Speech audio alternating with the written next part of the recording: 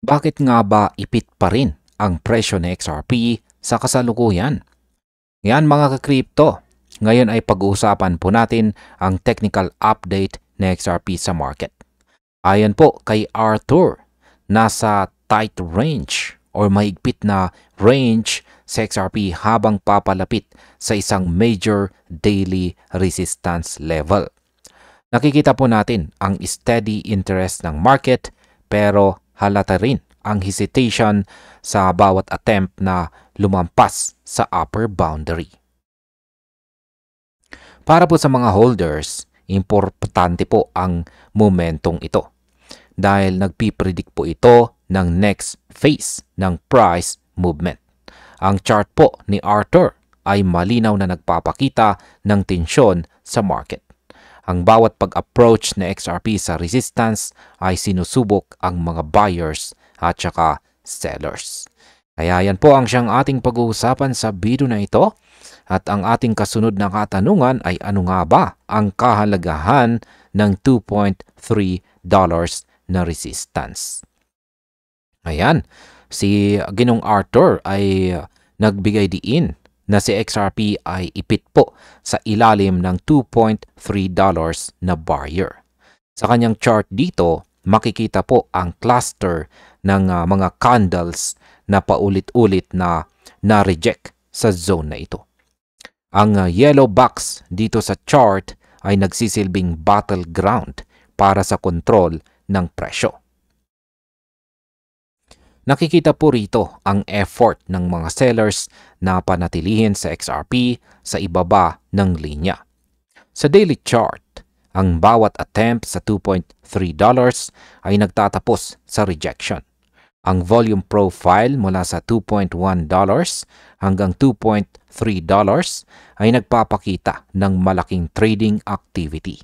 Ibig sabihin, marami pong mga buyers ang nag-iipon ng position pero wala pang breakout.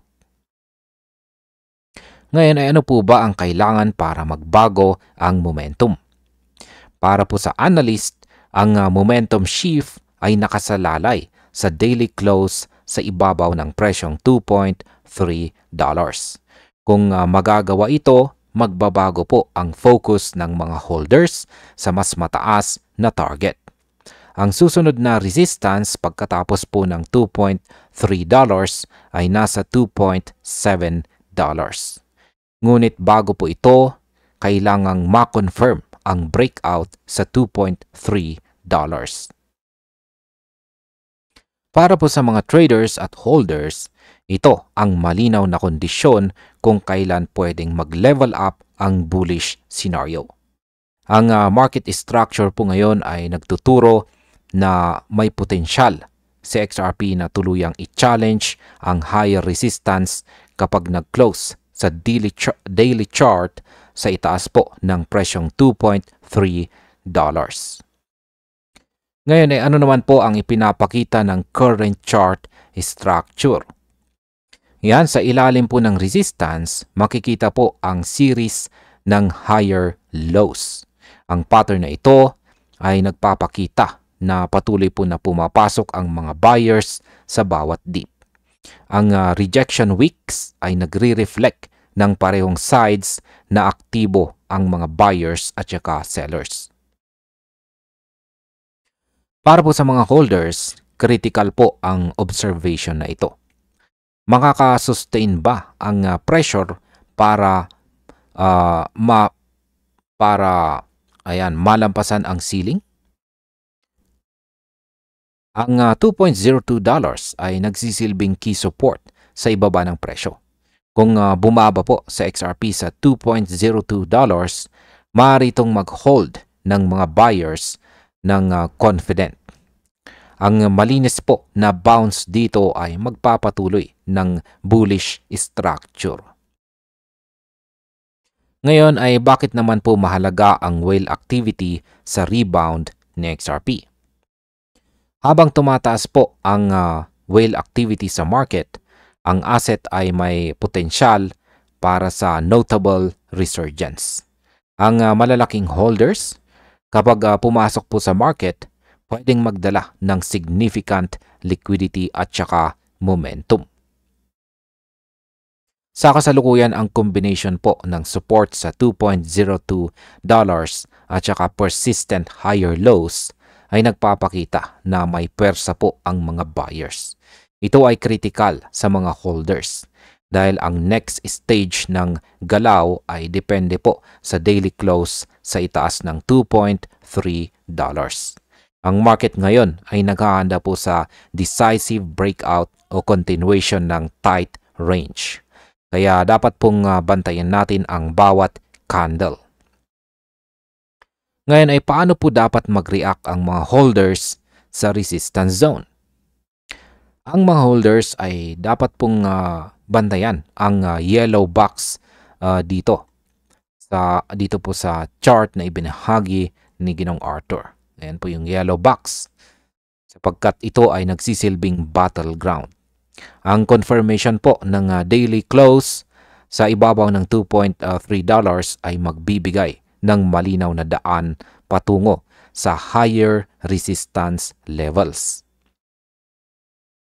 Kung hindi po ito ma-achieve, maaaring magpatuloy po ang sideways movement sa tight range. Sa madaling salita, ang breakout ay hindi po random. Nakikita natin ang structural tension. Ang mga buyers at sellers ay nagtatagisan po sa parehong zone. Ang strategic positioning ng mga holders ngayon ay napakahalaga dahil maaring ito na ang simula ng mas matibay na uptrend. Ngayon ay ano naman po ang technical insight para sa susunod na resistance at saka potential target. Ayan, kapag nag-close po sa daily sa XRP sa ibabaw ng $2.3, ang focus ng market ay mapupunta sa sunod na resistance kung saan ay ang $2.7. Ang setup po ay classic. Base po sa support na $2.02, multiple rejections sa $2.3 at saka higher lows na nabubuo sa ilalim. Ang technical indicators at saka volume profile ay nagsasabing may accumulation. Hindi po instant breakout, ngunit steady preparation. Para sa mga holders, ang malinaw na kondisyon at saka structured pattern ay nagbibigay po ng confidence sa potential rally. Ito rin ang nagre-reflect ng institutional interest at saka market discipline sa trading behavior. At bilang panghuli ay ano naman ang aking masasabi tungkol dito. Ang takeaway po rito ay sa XRP ay ipit, pero meron po siyang malinaw na battleground dito sa $2.3 na presyo. Ang higher lows at support sa $2.02 ay nagpapakita po ng resilience at potential momentum build up. Ang daily close naman sa ibabaw ng $2.3 ay nagbibigay po ito ng signal na ang buyers ang siyang may control. Ang sunod po na resistance ay nasa $2.7 at yan higit pa. Ang whale activity, accumulation at saka volume profile ay nagpapalakas naman po sa bullish narrative. Kaya para po sa mga holders, ngayon po ang dapat nating bantayan at hindi lamang presyo, kundi structure at saka daily confirmation ang ating kailangang i-monitor. Ito po ang pagkakataon para maging strategic sa susunod na phase ni XRP sa kanyang market movement. At ayan, hanggang dito na lamang po tayo sa video na ito mga ka-crypto. Maraming salamat sa panonood.